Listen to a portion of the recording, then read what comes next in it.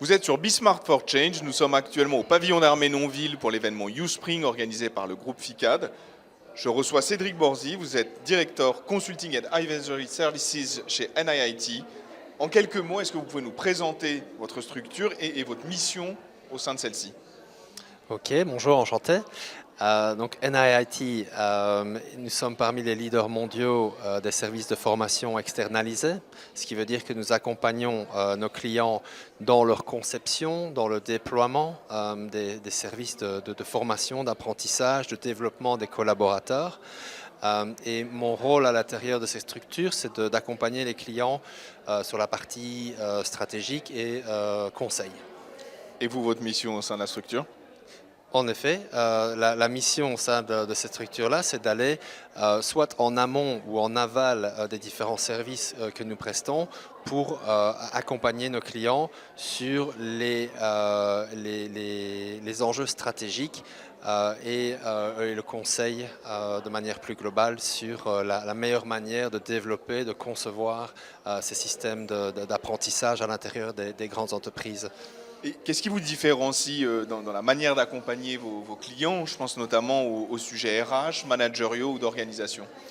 Alors, en tant qu'NIT, on est une organisation globale, mais on est aussi capable d'être très proche de nos clients, que ce soit ici sur le périmètre français ou Benelux européen. Ce qui nous différencie aussi, c'est qu'on est capable de grandir donc, avec nos clients, puisqu'on est aussi à l'international, ce qui permet d'aller là où nos clients se trouvent et puis de les accompagner sur leur maturité, en fait, sur le développement de leur maturité. Et donc les grands chantiers sur lesquels on les accompagne vont être liés à la transformation du L&D, en tout cas sur la partie stratégique, de voir comment on peut mieux organiser et développer l'expérience apprenant, la culture de l'apprentissage en entreprise et alors tout le sujet de l'architecture, donc tout ce qui couvre soit les systèmes digitaux et les outils, mais aussi toute la partie modèle opératoire et la gouvernance à mettre en place pour faire en sorte que vos investissements en termes de learning and development portent leurs fruits et un vrai impact sur le business. Cédric, si vous deviez pointer un défi majeur pour les entreprises dans les années à venir, qu'est-ce que ce serait? En termes de L&D, c'est clair qu'il y a un alignement à avoir sur le business, sur le métier. Les métiers changent énormément.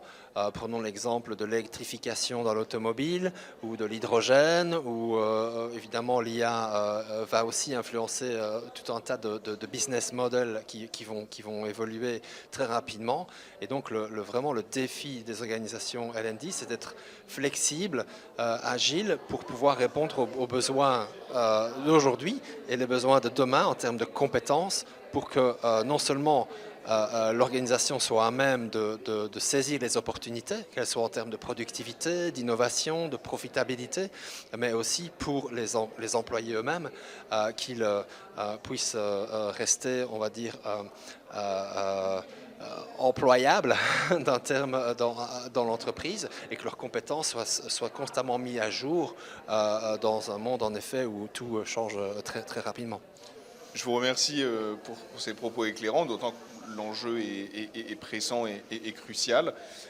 Je vous dis à bientôt sur Bismart for Change.